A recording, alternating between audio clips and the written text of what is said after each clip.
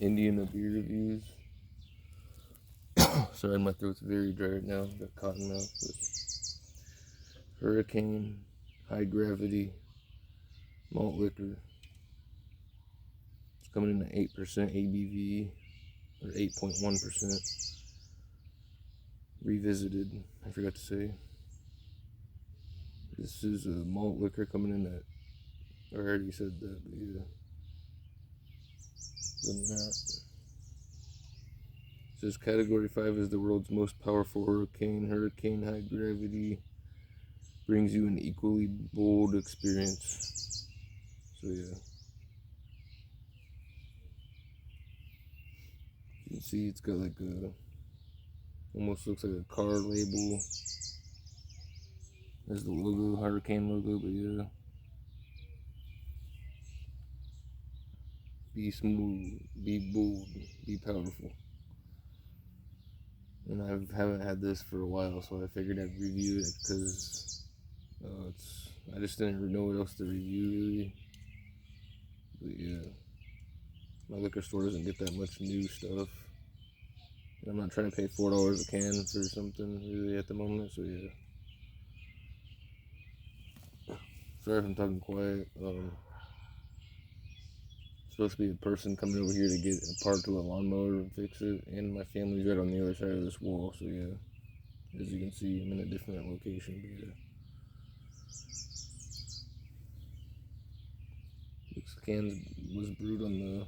This can was canned on the 73rd day of 2025.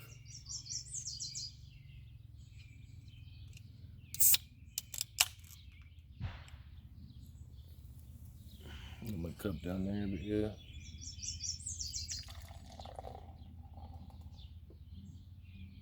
I've had this for months, I'd say. It's like a natty daddy, but I'd say it's even richer or more bolder tasting, I'd say. Robust, I mean. That's what it says on the Untapped website. It's a rich and robust malt lager. But as you can see, very golden. These gnats keep landing on me. Very golden, deep gold, off-white, yellowish kind of looking thick head.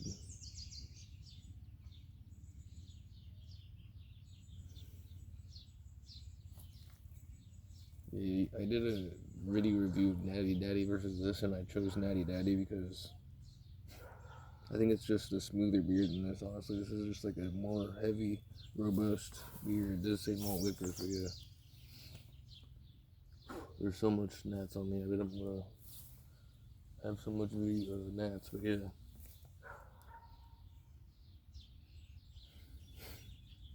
This was introduced in 1996 by Anheuser-Busch in St. Louis, Missouri. I think I said 2005, but I was mistaken.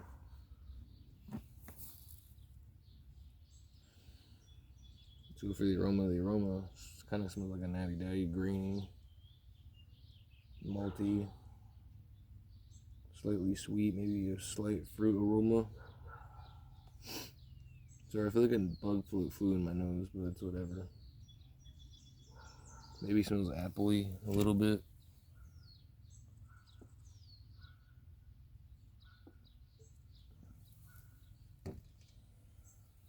Yeah, nice beer. Carbonation bubbles. Let's go for the taste now.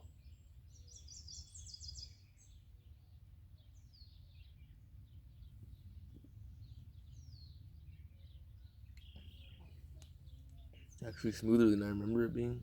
Not as bitey as I remember it anyway. Definitely more richer flavor than a Natty Daddy.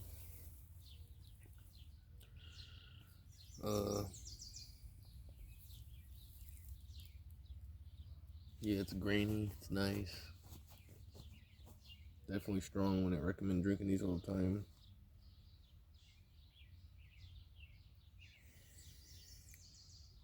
And I'm getting a nice grainy aftertaste.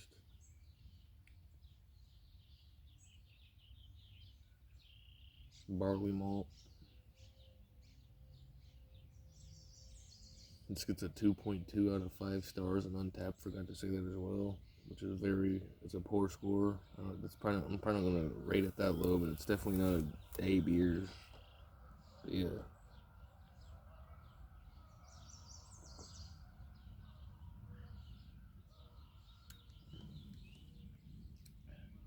Surprisingly medium to high body, but it kind of has a medium body to me. The bitterness isn't too high, to me anyway. I don't know. I'm leaning against this wall and there's probably bugs all over, but oh well.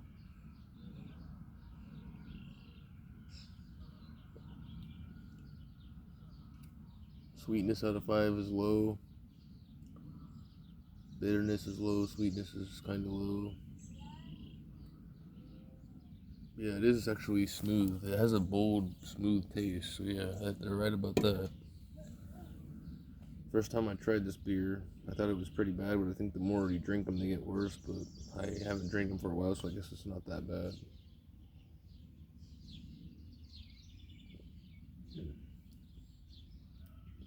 Not even really a dry finish either. It's like a semi-bitterness dry finish, maybe. I don't know.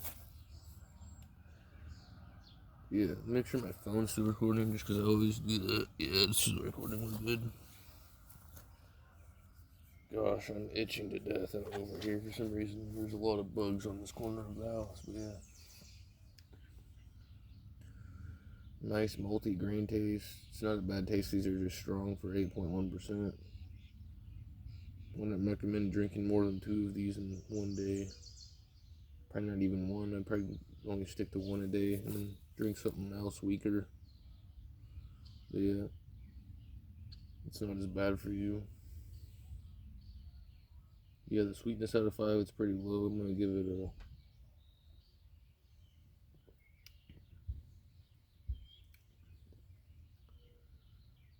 1 to 1.5 out of 5 sweetness. Bitterness, hop cones or whatever. Not really any hops, just straight malt. It's not that bitter though, so out of 5, I'm gonna go 1.5 to 2 out of 5 bitterness. And yeah, and name the body and the finish and all that. So yeah, I'm gonna finish this whole. That was about a 12 ounce I poured, maybe a little less, but I'm gonna go ahead and finish this and get on out of here. Rate this out of 100.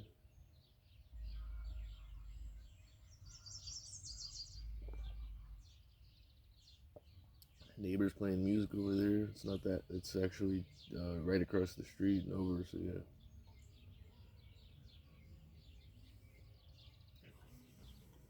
I'm getting some kind of taste that I can't describe.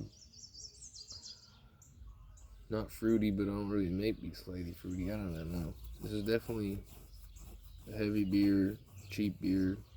People call them hobo beers, cheap beers. I think Steel Reserve is probably worse than this still, but yeah, that's just my opinion.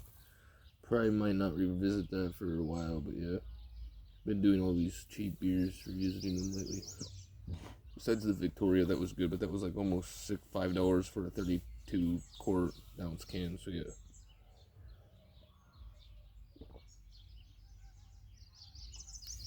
Yeah, I'm gonna rate this now out of 100 for the price and for the ABV you're getting.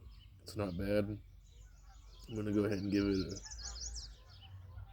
a 89 out of 100. That's a pretty good score. I think I would give it 88 or maybe 86, but I deserve it. I think it deserves a little higher score, so I'm gonna give it an 89 out of 100. And yeah, I'm gonna suggest you guys go on down to the St. Louis, Missouri, to the Anheuser-Busch brewery, and suggest to have a brewery tour. And yeah, thought this beer would be bad, but I guess it's not as bad as I remember it being. So yeah, if you guys want to pick it up and let me know what you guys think of this beer in the comments, yeah, that would be cool.